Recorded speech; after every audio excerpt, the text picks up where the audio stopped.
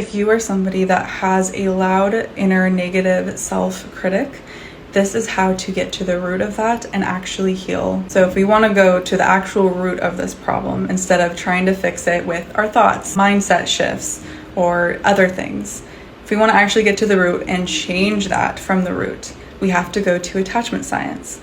And what attachment science tells us is that our inner critic was developed as a very intelligent mechanism to actually protect us. And just like anything else that is maladaptive that we create, it had a specific role. It had a role that at one point in time actually helped us. But now when we are navigating our day-to-day lives, this inner critic comes up and it causes us pain. It causes us maybe sabotage in relationships or work or other environments. It could have been an experience directly like being criticized and internalizing that inner critic and doing it to ourselves. But it also could come from any type of experience where us criticizing ourselves helps us in some way stay connected to those around us, connected to those who we need and needed to have and maintain a bond with in order to survive. I know that can sound like a lot, but the science, if we slow down, is just that when we were children, when we were young and developing, our neurobiology was different than it is as an adult. The frame of mind is different than now. We are that young and we are developing. We are interdependent, we are codependent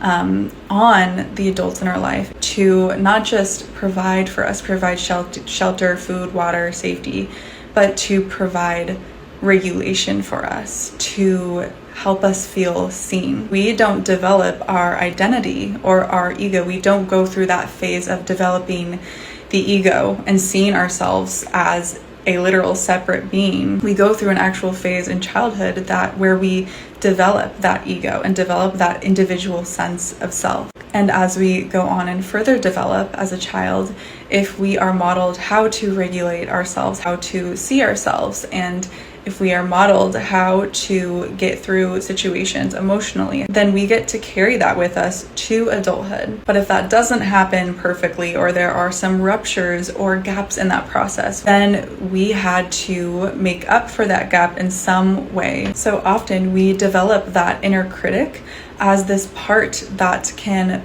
control ourselves. If we can control and manage ourselves, then we might feel or believe that we can more easily have access to our emotional needs getting met or safety. If we can control